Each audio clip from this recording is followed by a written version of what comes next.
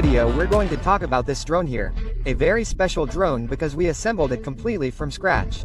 In this video I'm going to explain the assembly process and the components I chose.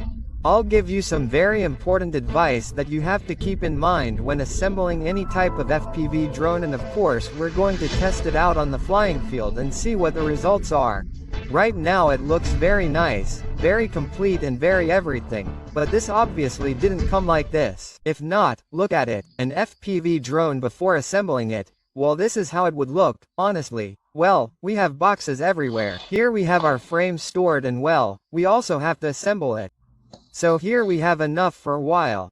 The first thing in the morning can be a bit scary because we have so many components, lots of boxes and a lot of everything. The first thing, obviously, is to assemble our frame. When you assemble your frame, everything will start to take shape much more. The motors, obviously, well, each one goes on its corresponding leg. So there are 4 boxes that we can set aside and we don't have to worry too much about that. The most important thing is that you know exactly where you're going to put the board. Once you know that, that's it. All you have to do is solder all the pieces. Normally, all the boards are marked with an arrow and that's it. Just the arrow that you're pointing towards the camera and that's it. But well, depending on the circumstances, it may not be quite like that. If you notice, we had to put the capacitor in the front because the gap here in the back where I originally wanted to put it is very small, so I put it on this side. Therefore, I'll also put the board the other way around, and then, in Bayfly, we'll change it. Now the next step is going to be to put the motors. We're going to put the 4 motors and, well, we'll start connecting all the cables here. It is very important that before we place our piece in that place and cut the cable, we make sure that the cable reaches perfectly. So my advice is that we overlap all the pieces. That is to say, the bore, for example, we want to put it on this side, so we put it here. We take the cable to the place where we want to solder it, making the path that we want that cable to take. And once the board is in place, we cut it. So that eye cutting and such cannot be done here. We have welded the board, the first one, this here which would be the receiver, the LRS. These are the left-handed holes that I have made, and well, here you are seeing the path it takes, that the receiver simply comes through here and that's it. We take the little antenna out through here. Okay, the next weld that I want to show you would be the bore, which we have here, which would be these 3 cables, the yellow, the red and the black, which actually come through here braided, and we put them right here under the capacitor, which is where I have put it. Then more cable. This wouldn't really be soldering, it would simply be a connector, which is this one here, and this would be the one for the O3 system, which as you can see, the cable comes through here and we connect it directly to the O3. And then the last cable we have would be this one here, which really connects to our board on the bottom. And once we have everything in place and properly assembled, we have to readjust those a little bit. Well, put it in places where we see that it won't get hot with the board, so that we don't catch it, of course, when putting in any screws. Anyway, in the end it's all about making it as interesting as possible. A very important point, if not the most important point, is to choose your components well. This depends on the type of drone you want. In the end, you may want a drone for a more relaxed cinematic flight. A drone like in this case for a bit of freestyle and more aggressive flying. All the components that I've assembled on the drone are from this brand, the Mepsking brand. This one here would be the SC that I've put, which honestly looks incredible. When I saw it in person I said, oh my goodness. This one here would be the flight controller, which we'll see how it works now. As you can see, it's an F7 HD.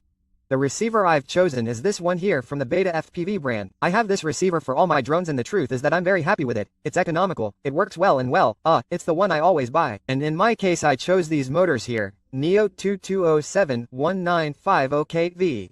The motors are really one of the most spectacular things about this drone. Look at the color it has. They're super flashy.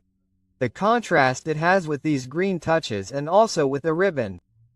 Well, it's really cool. We'll see if we leave this color or change it. And well, here you are seeing the completely finished drone. The frame and everything really look really good. Look how aggressive it is on the bottom. I'm going to leave you in the description below all the components that I've chosen for this drone, both the frame and the motors, speed controller, everything. After having all this, we'll have to go through the computer. This will depend a lot on the components that you've chosen and of course on the different places where you've soldered all the pieces to the port. Here you can see the ones that I have activated. I have this one that came by default. I've activated this one here, which if I'm not mistaken is where my camera came from. This one here is where we have the receiver that goes into the serial RX. And here at the end, well, that's where we have all the telemetry. Then, if we go to settings, well, here you can set it to your liking. As you can see, I have the board set to 270 because since I put the board upside down, I had to change it so that the drone would respond to all my movements. Look, here we have the settings and now if, for example, I put the drone forward, the drone tilts forward because we have changed the plate and, well, the important thing is that the movement we are going to make with the drone corresponds here. If it does not correspond, then you have to change it here. Well, I am going to show you a little bit of the configuration in case you want to copy it. As you can see, I have the mode deactivated. I like to activate it directly. I am also going to show you how I have the modes. As you can see, I simply have the armed mode here. I do not have stabilized mode or anything. I simply fly acro mode. Here, as you can see, I also have the bore on channel 3 in mode, which I have on the same as the armed mode, that is, when I arm it, it is already directly in that acro mode. If we continue going down, here we have this option activated, which is in case our drone falls and falls upside down, well, we can turn it. I know this is very important for you to have activated as well. Well, as you can see, we don't have anything. Motors, this is important so that when we activate it, everything matches. I had a small problem, and that is that the drone actually turned the way I wanted it to. Turning the motors towards, well, out of the camera, so that dirt or anything wouldn't get in here, and really, the arrows here appeared different to me. That is, they looked the other way, but the drone turned the way I wanted. So, well, I went to fly it and this is what happened. That was a complete failure. It was mine because it's true that the drone turned the other way from how I was seeing it, but I messed up a little honestly and since I had the board the other way around, I thought, well, it was the board, but no, I simply changed it here, rearranged the motors and that's it. Then it worked perfectly. Then the OSD, well, here you can put the little things that interest you. I have the basics, I have the voltage per sow, total voltage, the signal with the transmitter and that's it. I'll let you know. The truth is that I don't usually have many things because I like to keep everything very clean. And then, well, I haven't touched anything. I have the standard pays, I mean the kings and everything. I haven't touched anything. In the future, I'll put the ones I have on the other drone so that in the end the flight is as similar as possible. At least those movements. And that's it, guys. The only thing left for us to do is grab our drone, go to the flying field and see how this beast flies. Well, guys, as you can see, we already have the equipment ready and we're going to make our flight here on this piece of plane. I want you to know that this really isn't the first flight. The day I recorded the video of the first flight, well, that day was the typical day when, well, we were going to fly drones and I didn't realize it. I filled the memory card from recording so much and in the end what I did was delete all the data and that's it. I lost the video completely. The good thing is that I've gotten used to the drone a little bit and I still haven't touched it at all. It's completely as it came, that is to say, I haven't adjusted it or anything. The good thing is that I'm more used to the drone now. Now I'll go a little more smoothly. But well, it messed up and we have to record it again. And up there, I want to tell you that the first feeling when I flew towards the drone. Mine, the first was that you can see the sides of the box. Well, you can see it. Then when we stabilize it in the image that you're seeing, well, you won't see it anymore because it cuts out, but it's true that when I'm flying, you can see it. I've already noticed and I realized at the time that its movements are much slower than the drone I have.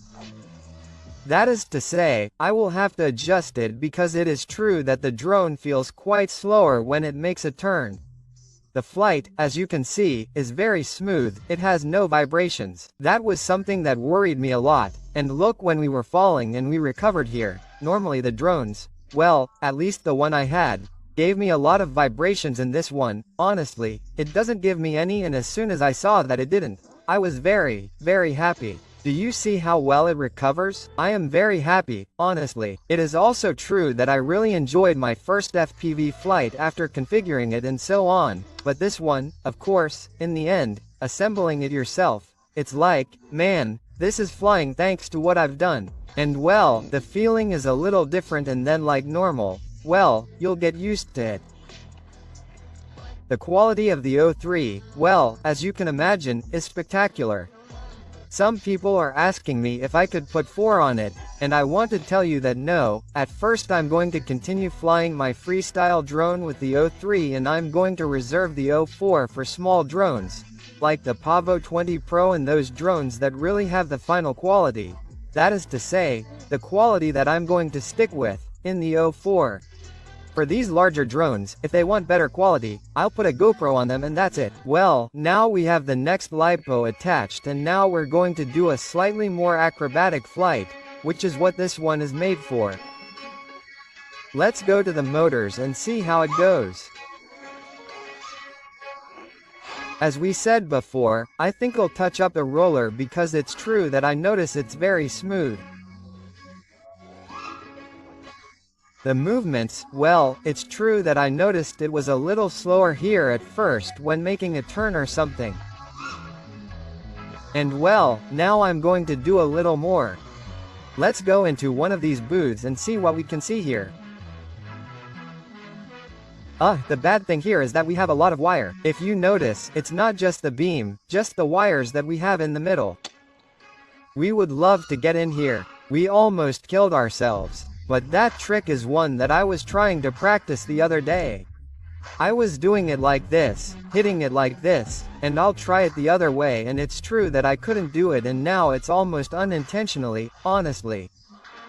So, okay, this little trick is really good. To be honest, it's a bit scary at first, but anyway, it just makes you crash into the wall and at the last minute you recover.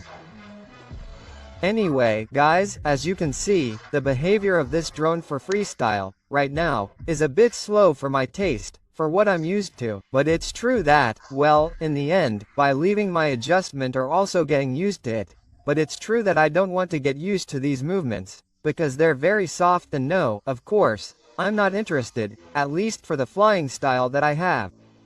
Let's try to enter through here. The other day I was doing something horrible here, but there's a wire and I don't know exactly where the wires might be, where they could be, so. But anyway, the truth is that I'm really enjoying the freestyle thing. Those of you who are watching me on Instagram are probably realizing it. If I told you what's most complicated for me in FPV is flying slowly, for example, doing these movements, practicing it.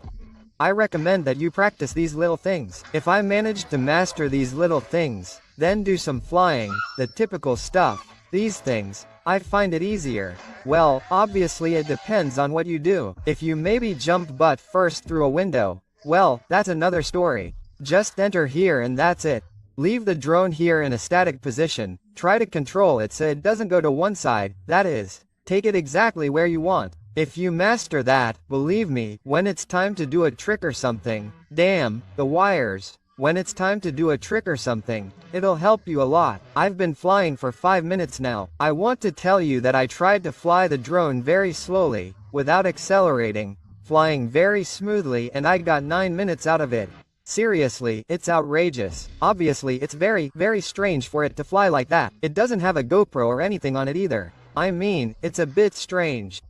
If I had an O4, I might be interested in recording like that, but it seems brutal to me, really.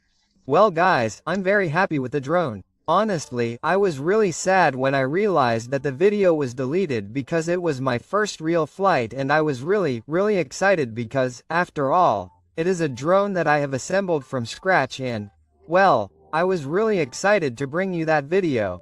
Today we have brought you another flight, which is not really the first, but hey, it is the first week and I am still the same, just as motivated, even more so. We will see in future videos how this drone is aging, if a drone that, in the end, is giving me problems with the electronics, if the motors, well, they are delicate, they are not delicate, in short, the typical little things that we are testing. The truth is that it looks very, very good. I have already given it quite a bit of work this week. I will continue to give it a lot because right now it is my main drone. And guys, there is nothing else to add. I will leave the purchase link below for all the components of this drone in case you want to build a similar one, or directly the drone itself. Anyway, I will leave everything below. I hope you enjoyed this video. Don't forget to subscribe so you don't miss any of the news and I'll see you next time.